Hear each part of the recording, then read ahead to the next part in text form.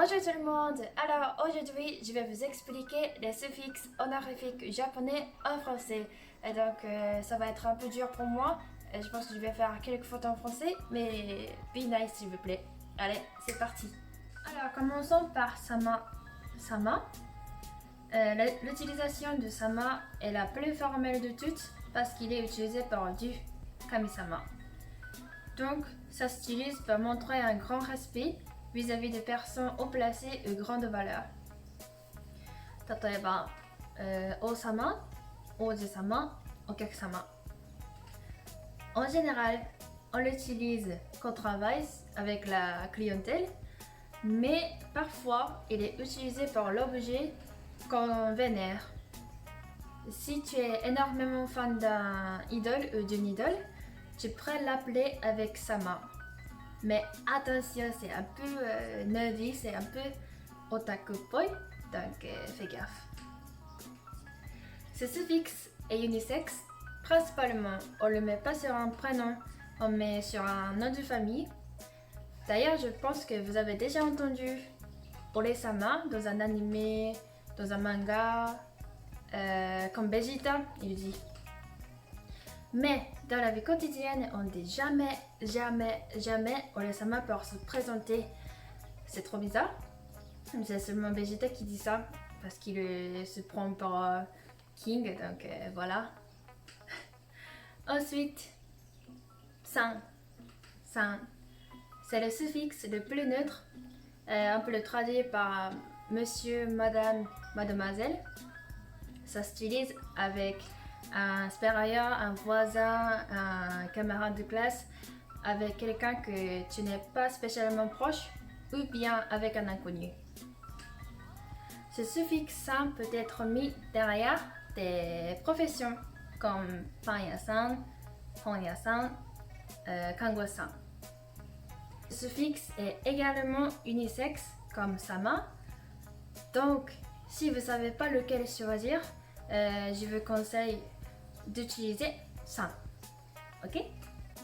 Est-ce que vous connaissez le mot fusil et comment ça s'appelle en japonais? On dit fuji-san. Fuji-san. Oui, il y a san à la fin, mais c'est rien à voir avec le suffixe de san. En fait, c'est la prononciation chinoise de ce kanji, donc ce n'est pas le suffixe de san. Ok? Suivant. Et kun. Kun. Il est utilisé quand on parle avec un ami, avec un camarade de classe, un petit ami peut-être. C'est un suffixe masculin. Cependant, surtout au travail, un supérieur hiérarchique peut l'utiliser pour parler à un employé et une employée en même temps. Mais c'est très rare quand même. Par exemple, dans Conan, Agasa Hakase appelle Haibara Ai Haibara-kun. Pourtant, elle est une fille. On continue. S'il y a un suffixe masculin, il y a également un suffixe féminin. C'est tian. Tian. Ça s'utilise avec une amie, une camarade de classe ou une petite amie. Mais on peut l'utiliser aussi avec un garçon des fois, en tant que surnom ou pseudonyme. Par exemple, vous connaissez cet acteur? Arnold Schwarzenegger. Il est affectueusement appelé Shua-chan au Japon. Shua-chan. J'ai lu beaucoup d'articles en disant que kun et chan étaient pour les enfants, mais non, regarde Shua-chan, il a 62 ans, mais il est appelé Shua-chan quand même. Donc ce n'est pas forcément pour les enfants. Ok? Alors enfin, le dernier, senpai, kohai.